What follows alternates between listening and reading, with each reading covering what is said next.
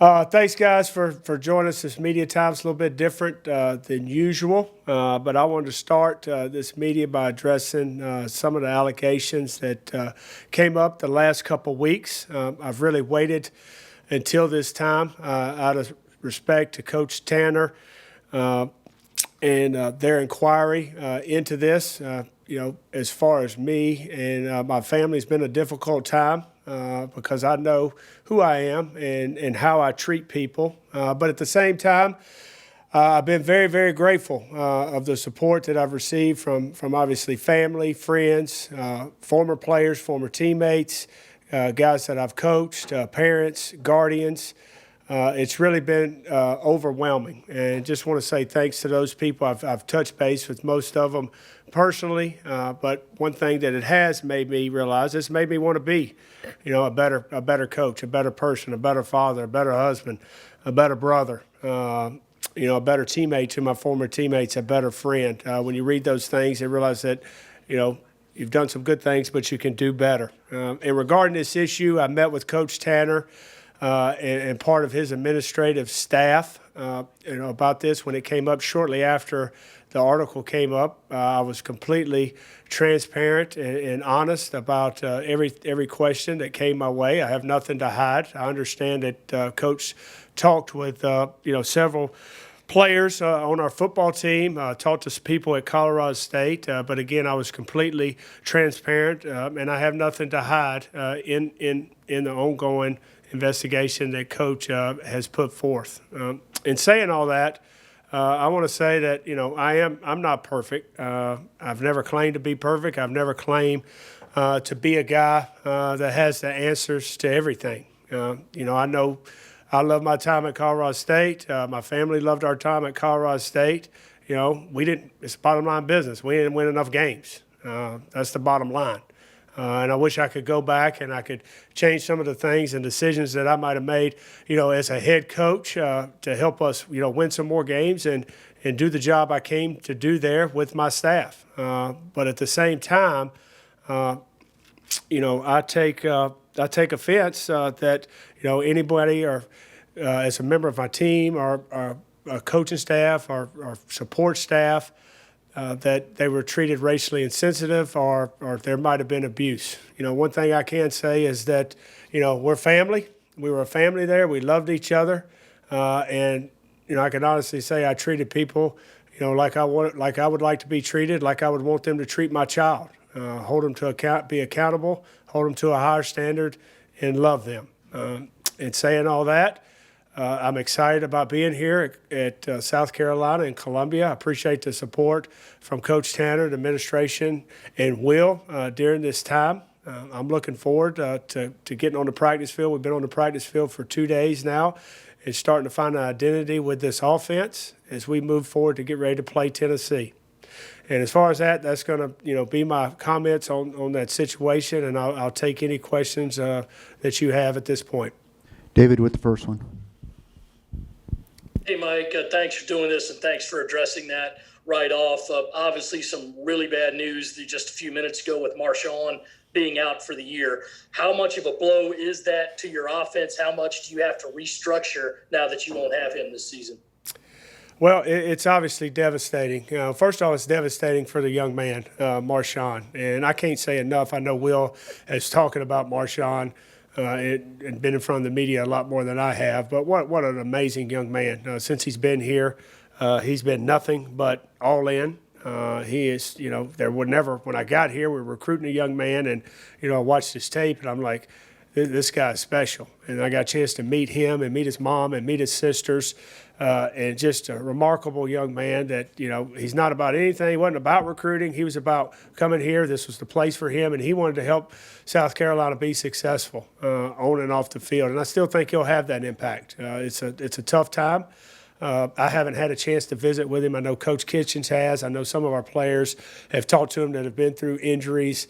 I've coached, a long time and had lots of guys that have been through injuries and have come back even stronger. It's hard for a young man to see that right now, but I know Marshawn's the type of guy that's going to be able to get through that. He's obviously got his family at his home, but he's got his family here.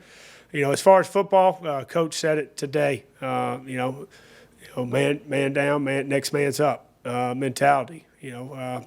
It's funny. We were watching tape yesterday, and I was talking about some talented guys we have on the team, and Marshawn was one of those guys, and just said there's not a lot of them, of guys that you think can be difference makers, but we got to find a way to put the difference makers we have in position to be successful, and that's part of what we were going to do in camp anyway.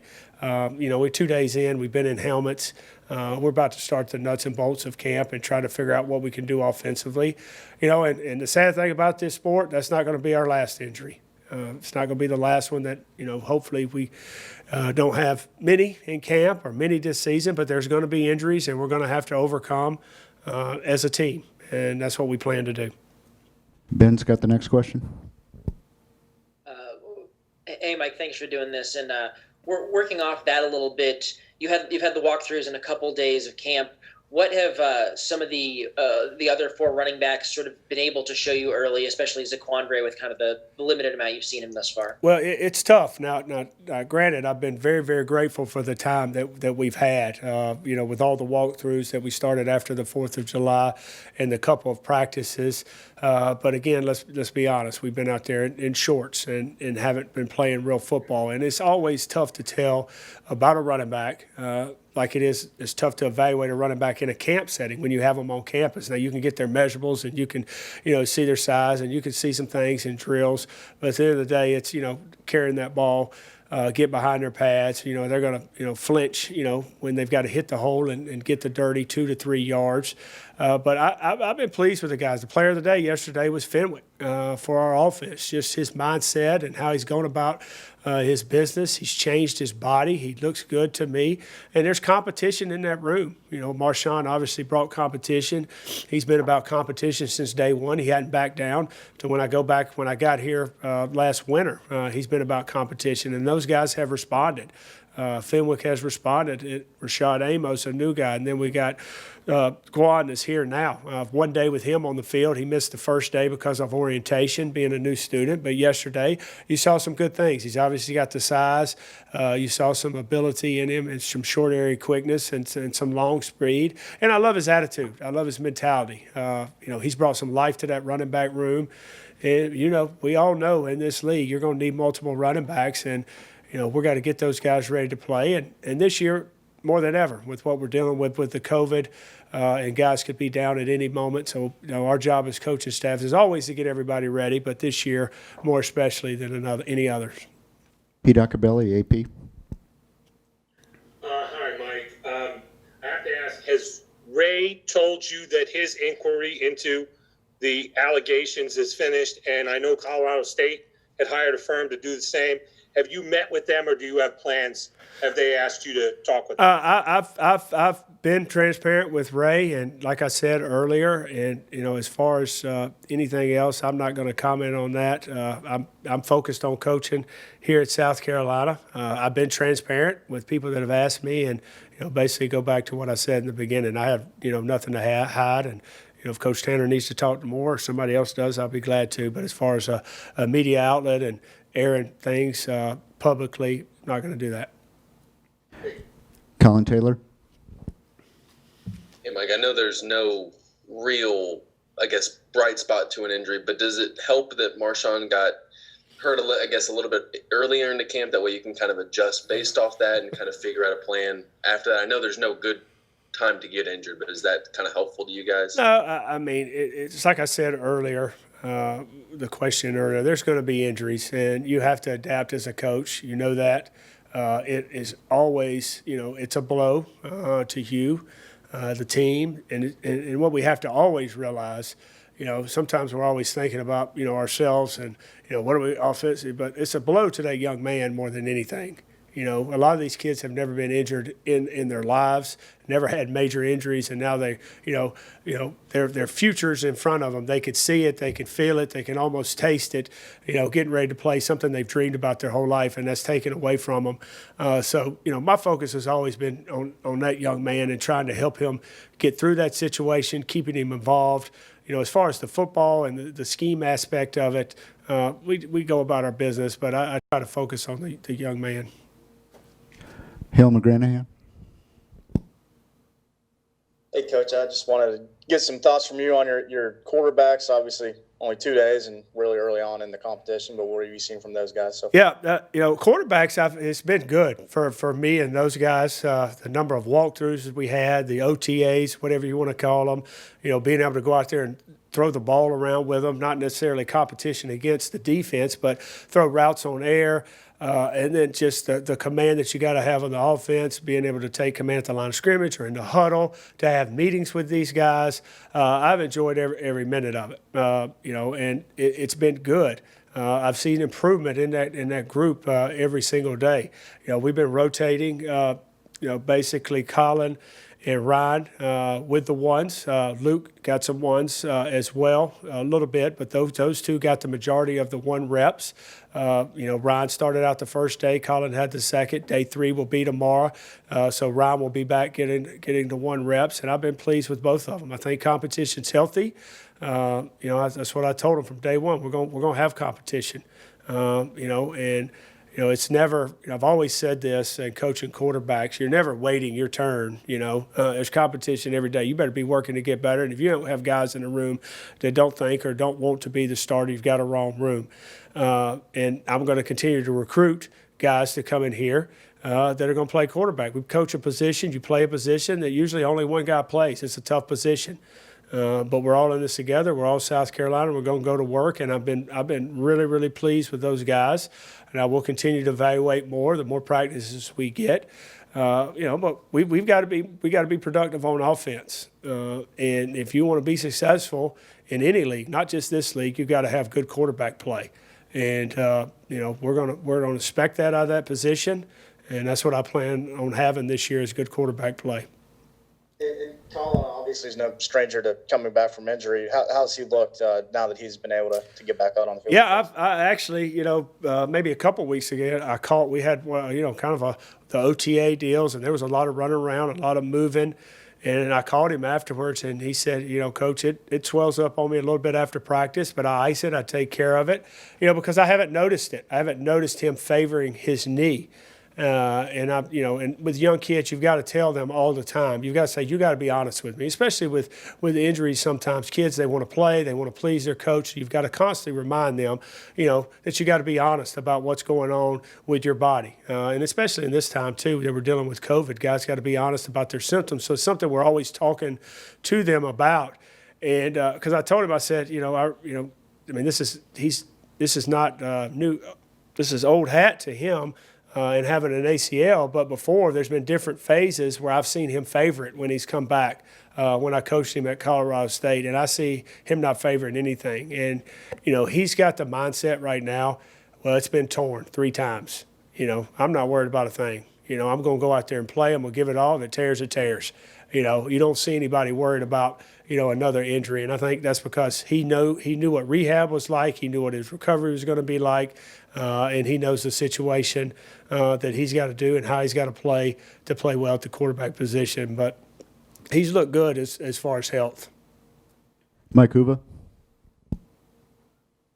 Mike, when you had talks with Colin when he was deciding to come to USC to kind of follow you, I know it kind of sounds crazy, but I think some people had the notion, okay, he's going to come in here and just be kind of like, an extra coach, be a present. But I'm sure he has that mindset of coming in here, competing for the starting job. What were those kind of conversations like with him when he made that decision to come here? We're talking about Colin, right? We're talking about Correct. Colin. I knew he was a graduate, and I knew, when he told me he was going to enter the portal. I said, well, call me after you enter the portal, and we talk. And, I told him, I said, how I operate. How I believe the best player is going to play. You'll have a chance to come here and compete, for the job. And that's how it's going to be, every year. I think competition is what you've got to have. Not that somebody can't establish themselves, but they've always got to have competition. You always got to know that, every day you got to come to work and put in the work to not improve yourself as a player. And, I said, you're going to have an opportunity here. I knew his ACL. He was still rehab. You're going to have to go through rehab. We'll have a plan here for you. And, he was good with it. He wanted to come in. And he wanted to give a chance to compete. It wasn't like, hey, I think, I can play in the SEC, or I want to get closer to home, or I want to go. I think, he'd been through so much there at Colorado State, and he was a graduate of that program, of that college, and now, he wanted to go somewhere and have a fresh start. He had a lot of good times there, but he also had some heartbreaking moments with 3 devastating injuries. Phil Kornblut.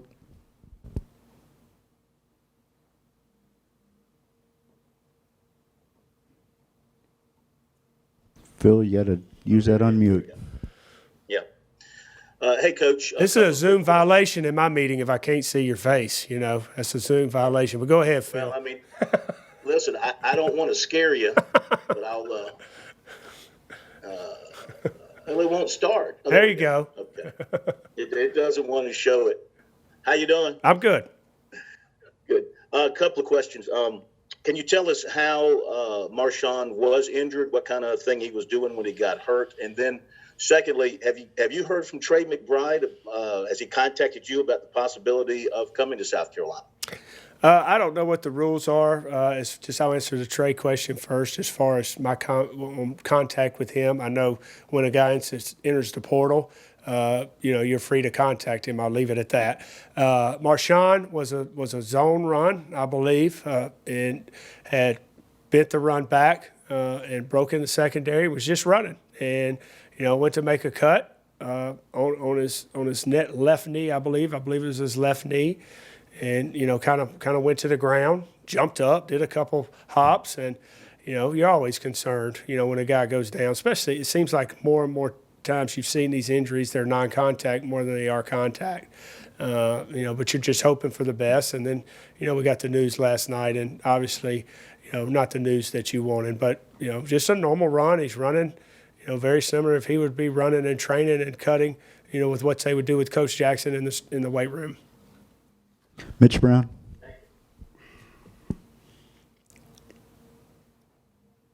Hey, Coach, how's it going? Obviously, you've only had 2 practices so far. What have you seen out of this receiver group as far as some of these young guys stepping up? Some of the players that talked about Rico Powers, some of the players that talked about Xavier Legette. So what have you seen so far? Well, we've got we've had the 5 practices in the spring, and obviously some new guys have come into the fold since then. But we're able to get out there some this summer with a ball, which was good. And I'm always about transparency and honesty. Same thing I'd say to you that I'd say to receivers. We got to get better at that position. And that's going to come by understanding this, playbook, understanding what we're doing a good job as a coaching staff, putting people in position that suits their strength. But I do see some promise there. I like the way the guys have worked. Coach Cox has done a good job with them. Rico Powers was a guy that has impressed me early on. Xavier Legette's down with a mild ankle sprain right now, and Rico Powers is running the number 1 X receiver. And that's a credit to him, how he worked out this summer. He's got himself in shape. Now, is he having some bust here or there? But that's being a freshman. But we like the way he practices, the way he can run, the way he competes, the way he's learned. The new kid, Jalen Brooks, came in yesterday and made a bunch of big plays. And, anytime you come out there and you make plays, it gets everybody's radar up. I like all these guys on our football team. I think they're good guys. They're working extremely hard. But when it comes down to it, it's going to be about production. Can you produce? Are you going to produce in practice? If you produce in practice, you're going to have an opportunity to get the ball in the game. And it's like I told our offense on the first day. I said, we're about competition. And a lot of times, you think your competition is within your segment. So receivers, you think you're competing against each other, but you're also competing against the other segments. If I feel like I've got, better tight ends and fullbacks than I do receivers and they're more productive, then we might lean that route and be, 12 or 21 personnel heavy. If I feel like the receivers, are better, we could be some 10 personnel or 11 personnel. So that's part of building our identity as a football team, is trying to figure out who we can depend on. It's about production, and we got to figure out ways to be productive in the passing game. We weren't very productive last year. Just look at yards per attempt at five yards or something like that. with as many times as we threw the ball, you got to be more productive throwing the ball. And that's not just a receiver. I've had this talk with our quarterbacks. It's your line of scrimmage. It's your quarterbacks getting the ball out of time, understanding protection. It's how you use your run game. There's a lot of things that we got to do to be productive as an offense. But we've got to have more. The short answer of my answer is we got to have some more production at the receiver position. Gabe McDonald. Hey, Coach. One of the quarterbacks being Luke Doty. Obviously, he's been on campus since January, and he's been a guy that's also has been in the headlines about his versatility. He has history playing multiple positions. Can we expect to see him maybe at the receiver spot as well, with him having that history? Yeah, I can't say enough about Luke Doty. Him going back to Marshawn. Those two kids came in day one, and from day one. They've been all about South Carolina. They've been all about competing. They're not standing around saying, I'm waiting my turn. They're in there competing. And I'm talking about from day one in winter conditions, the drills, challenging seniors, challenging veterans, being that guy. And been very, very impressed with Luke. Been very impressed with Luke with, having to work some receiver duties here, trying to teach him the finer points of playing a receiver at the same time being in the quarterback room, and his ability to go out and perform well and be productive in the first 2 days of practice. And he was productive at both positions. And, it was something that, I told him we've got a little bit of time in the receiver room. We got to spend more time in his quarterback room.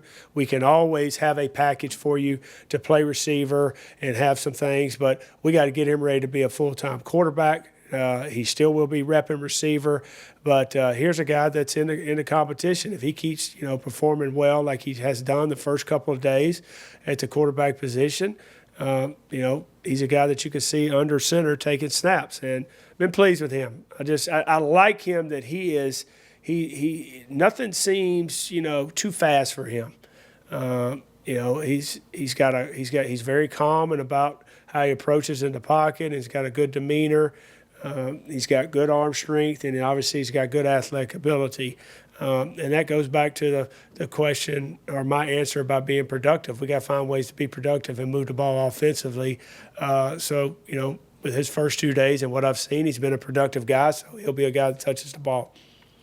John Whittle. Hey, Mike. You mentioned in the spring that you needed to wait to get into the fall and get your guys, the rest of the recruiting on campus before you could really kind of pinpoint an identity for your offense and so forth. Where are you in that point in terms of, starting to figure out how you want to run a particular game and what the kind of offensive identity will be? Yeah, that's a good question, and I basically addressed this that question with our team in the first meeting. I said that's one of our objectives is this camp is to find identity. I have an idea of what I think we're going to become, but at the end of the day, I got to let it play out in practice, and that goes back to who's what personnel group are we most productive. Now you're going to see all of it from us, but what are we going to be major in? Are we going to major in 11 personnel? Are we going to major in 12 personnel? We're going to major in a two-back set, and I've done all of that in my career offensively at different staffs and different stops. But it's always something that you got to figure out offensively, and it's hard. And it's I got an idea, but we got to go out there and we got to put on the pads, and I got to see some things with the guys in pads and see some of these young guys, and now with the injury with Marshawn. The running back White coming into the fold, and some of these other guys, we got to see what they can do. Go to Michael Lanana. Hi, Mike. Excuse me. What have you seen from Shai Smith so far? Obviously, being a veteran in that room, doesn't seem like he's necessarily the most vocal guy or the loudest guy, but what do you expect from him in terms of just his leadership on and off the field this year? Well, it's funny you asked that. I had a conversation with Shai the other day. I said, I'm not going to ask you to stand in front of the room and talk to the team about what we're going to do, how we're going to get there. I'm not going to ask you to give some motivation speech the night before the game. What I'm going to ask you to do is be a good teammate. And that means you go out every single day and you bust your butt in practice. You're a leader by how you go out and you work at your craft. being a good teammate, I expect you to learn every position on offense at the skill position because you're going to be a guy that we have to move around. That's what I've asked of him, and I've been, the first 2 days I've been pleased with him, and we haven't gotten a lot of schematic stuff yet. You go back over your install again. You're not trying to scheme up our defense and necessarily move guys around to get them the ball in your install. But Coach Cox has been working with him, since we started back heavy on the meetings in July about teaching him every position. So he's a guy that I expect him to lead by understanding what to do and being in the best shape of his life. I'm watching the number one kid from LSU, Chase, I believe is his name, and this kid is running 9 route after 9 route after 9 route, and then he's coming lining back up and playing. He don't come off the field. To get what we need to get out of Shai Smith, he needs to be in the best possible shape of his life where he can play a lot of snaps because he is one of our more experienced guys on offense. He has played in the big moment, and he has produced in the big moment. I want his production to be at a level, that's one of the better receivers in this conference. But he's got to get to that point and embrace what we're doing on offense, and I feel like we're heading in that direction. Colin Taylor. Hey, Mike, you've kind of talked about Rico Powers, mentioned him as a guy that's taking reps with the one. What about his skill set really lends itself to maybe your scheme, and what have you seen out of him over the first couple of days of practice? Well, I've seen a guy that practices hard every snap. He's going full speed, and he has got himself in a condition where I don't know what he runs in the 40. I know we had a time on him when he's at camp, before he came here going into his senior season. But whatever he runs it all day. He runs it all day because he's conditioned himself to be in the best possible shape that he can be in. He has a little bit of a skill set like Shai. I don't know if he has the top end speed like Shai, but his body frame and what he can do, and then his focus has been extremely well. A freshman to come now, he's got some bust at, but a freshman to come in here and start to understand what we're doing and be able to line up and be able to play fast has been impressive. And he'll continue to improve. Now, there are going to be some days. Yesterday was one of those days for him. He struggled at times. But that's part of being a freshman and learning. It's like I told the quarterbacks last night. I said, yesterday's practice is like a game. Some good, some bad, some good, some bad. But how do we continue to focus and push through? And that's really with all positions. Just got a couple minutes left, so we'll try to get through these quick. David? Mike, you hear all the time about installing your offense. How long does it take to fully install your offense, especially when you only had 5 spring practices and now you have something like today where you lose a guy who's expected to be a major contributor? Well, I'm going to go back to what the NCAA allowed us to do in the summer. Was definitely beneficial for us to install our offense. I would say probably 75 to 80% of offense has been installed, and now we've got to see what direction we're going to go. And, there are some nuances within that installation of things you can do off certain things that we haven't got to, but the nuts and bolts of it is in. Now we've got to go out and practice it. Now we've got to, as a coach, we've had a lot of walkthroughs and a lot of OTAs. I'm kind of wanting to go to that next step, but I got to realize, have we mastered, some of the finer points of route running, these certain routes the way I want them run? No, the answer is no. So I got to be patient and realize that, we still got, over a month before we play a first game. That's an eternity in football. Coach Muschamp was going over the schedule yesterday with our staff, and he's going over August, and I'm like, man, it's here. And then I flipped the page to the September, and you don't play to September 26th. So you got to realize that, you don't need to go too fast because it is a new offense. I might understand it, and I feel good about where our coaches are, but at the end of the day, it's what your kids know.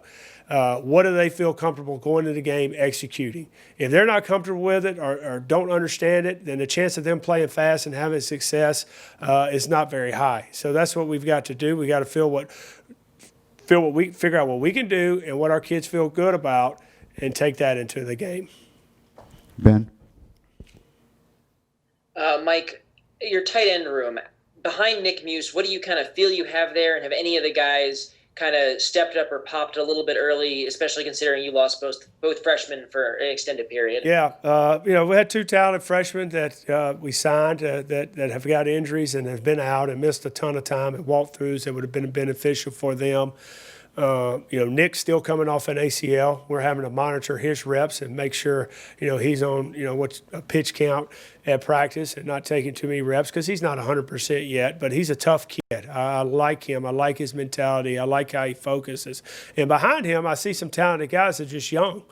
84, forgive me, I don't remember his name, that played last year, played a lot of snaps with Nick. And then, Chandler Farrell was really the other guy that came in there and played some snaps when they went heavy package. But those other guys, they didn't get a lot of snaps. And now one of playing the position and gaining confidence, learning how to play tight end, which is not something that kids do a lot of in high school anymore. They don't put their hand in the dirt. They're not blocking 6 techniques. They're flexed out, running routes, and, it takes time.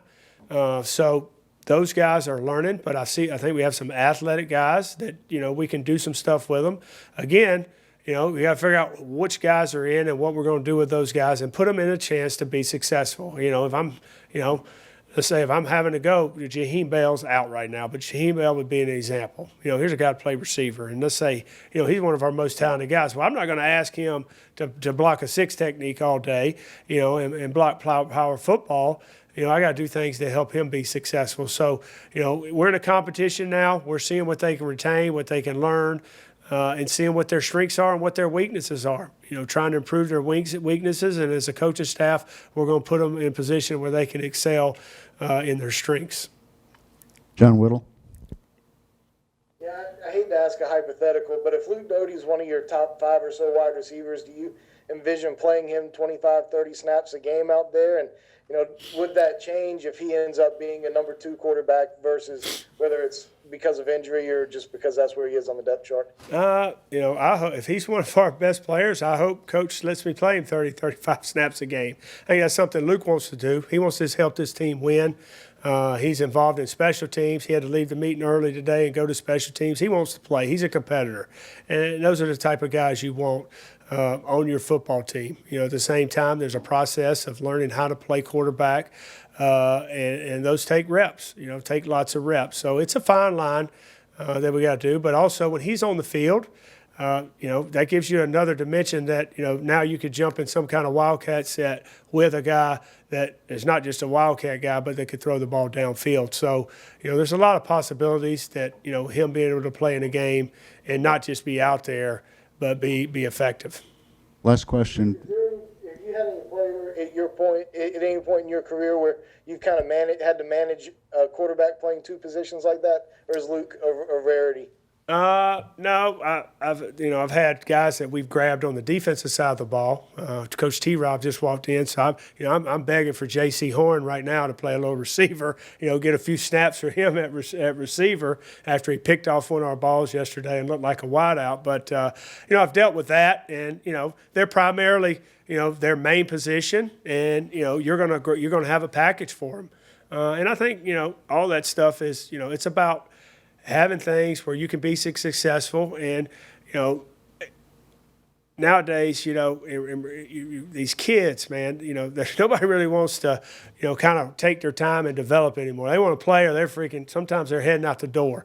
So as coaches, we got to do more to one, we're not going to cater to them and let them play if they don't deserve it. But if they've got some talent, try to create packages, and I think, I told our guys the first night, I want to build depth. I want to play multiple guys, but you got to earn the right. But if we've got guys like, for example, Luke Doty that's talented, then let's build a package for him, to come in the game. Get these guys on the field. That's good for team morale. That helps with our health. So that's something, we're going to strive to do offensively, is play a lot of guys. But like I told them, I'm not going to play you just to play you. You got to earn the right to represent South Carolina. All right, with that, we're going to let Mike go. Thank you, guys.